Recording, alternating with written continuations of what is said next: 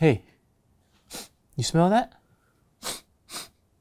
Smells funky, floral almost.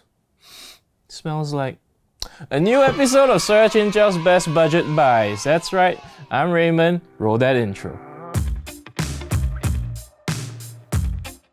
Okay, so on a more serious note, the last time we did one of these was back in November, and since then, times have changed quite a bit. From last year's short list of the 5 smartphones we recommended, only one of them remains here on today's list. Some of the criteria that we used to craft this list include, well, obviously needing to be priced below 2,000 ringgit. But also, we're not including any second-hand devices or stuff older than a year really, because who wants to use an old phone? Now that we got that out of the way though, let's start off with the first entry on SoyaCincau's list of best smartphones in Malaysia priced under 2,000 ringgit. And it's also the newest smartphone on this list, the Samsung Galaxy A55.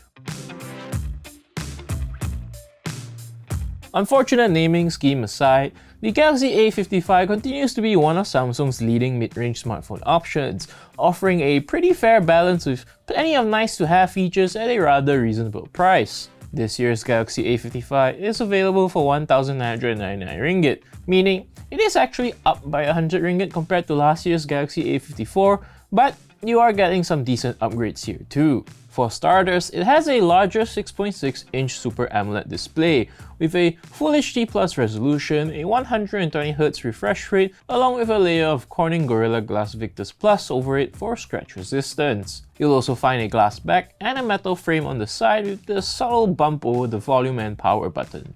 The Galaxy A55 is powered by their own Exynos 1480 processor along with 12GB of RAM and 256GB of storage. It comes with Android 14 out of the box skinned with One UI 6.1 over it, along with Samsung's word of 4 major Android OS upgrades and 5 years of security support, which is among the best in this price category.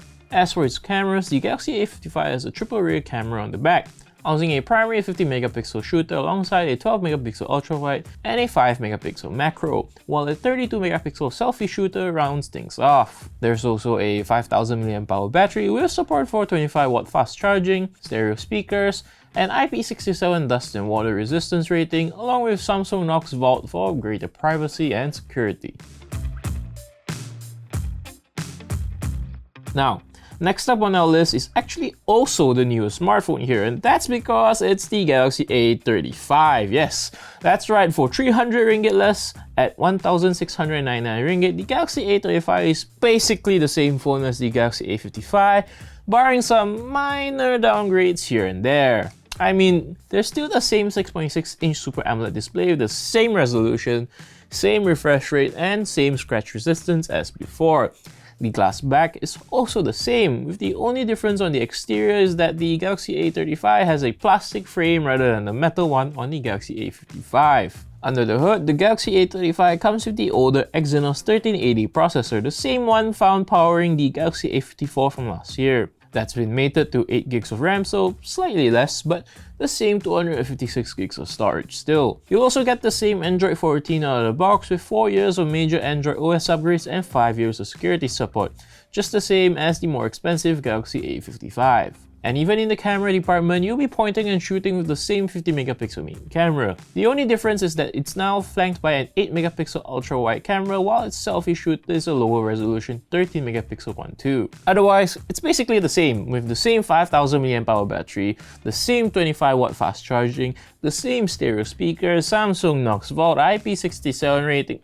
Basically, if you think you can live with the slight downgrades on the A35, you may as well save the 300 ringgit and get that instead of the Galaxy A55. But what if your main criteria in a smartphone is just raw, unadulterated, and extreme performance? Well, then you might want to take a look at the Poco X6 Pro instead. Not only is it perhaps the cheapest smartphone on our list with a starting price of 1,499 ringgit for the base model and rising to 1,699 for the one with 512GB of storage, it's also the most powerful one thanks to the 4nm MediaTek Dimensity 8300 Ultra under the hood, offering performance similar to last generation flagships. The Poco X6 Pro comes with Android 14 out of the box too, skinned with HyperOS over it, and is slated to get 3 major Android OS upgrades and 4 years of security patches. The rest of the Poco X6 Pro isn't too shabby either, with a 6.67-inch AMOLED display pushing a 2712 by 1220p resolution, a 120Hz refresh rate, and a peak brightness of 1800 nits. There's also a layer of Corning Gorilla Glass 5 over it for scratch resistance, stereo speakers, an IP54 dust and water resistance rating,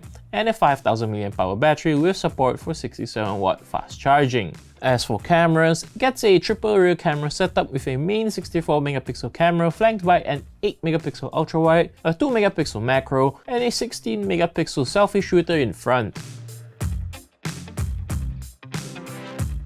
Okay, but what if you want the opposite? What if your main criteria isn't performance, but instead you want some of the best cameras that you can get in this price category?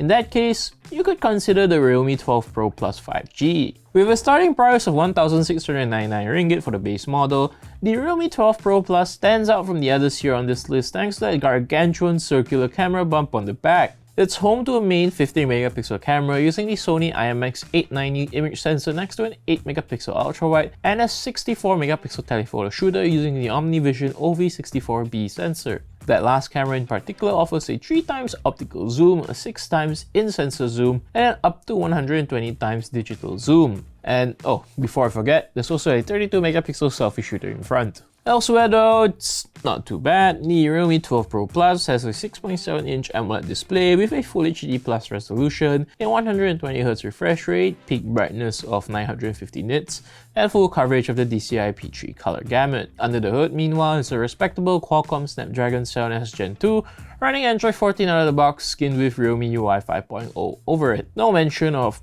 how long Realme will support its software though. You'll also find a 5000 mAh battery with support for 67W fast charging, stereo speakers, and an IP65 dust and water resistance rating. Lastly, if you want perhaps what's the most well-rounded smartphone you can get for under 2 grand in our view, then look no further than the Xiaomi 13T.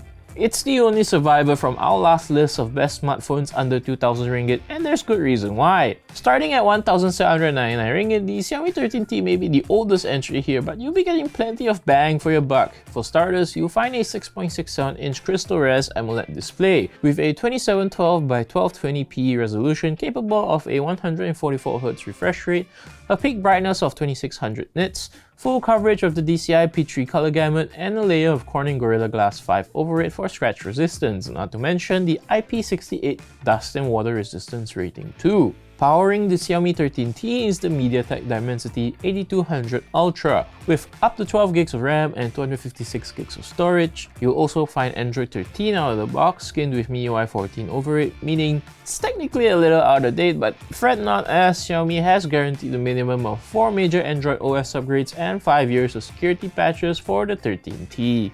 In the camera department, meanwhile, the Xiaomi 13T offers perhaps the best set of cameras yet if you're looking for a point-and-shoot experience. That's because of the Leica branded camera setup on the back with a main 50MP camera flanked by another 50MP telephoto and a 12MP ultrawide along with a 20MP selfie shooter. You also get a 5000 mAh battery with support for 67W fast charging and stereo speakers. The Xiaomi 13T certainly sounds like a flagship smartphone at a sub 2,000 ringgit price, and that wouldn't be too far from the truth.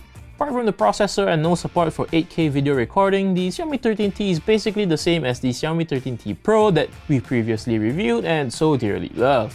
Anyway though, which one of these smartphones under 2,000 will you be thinking of getting? Let us know in the comments below, as well as any other price points you want us to check out. Perhaps it's also time for a sub 1,000 ringgit buyer's guide? Thanks again for watching. Remember to like and subscribe. This has been Raymond, signing out.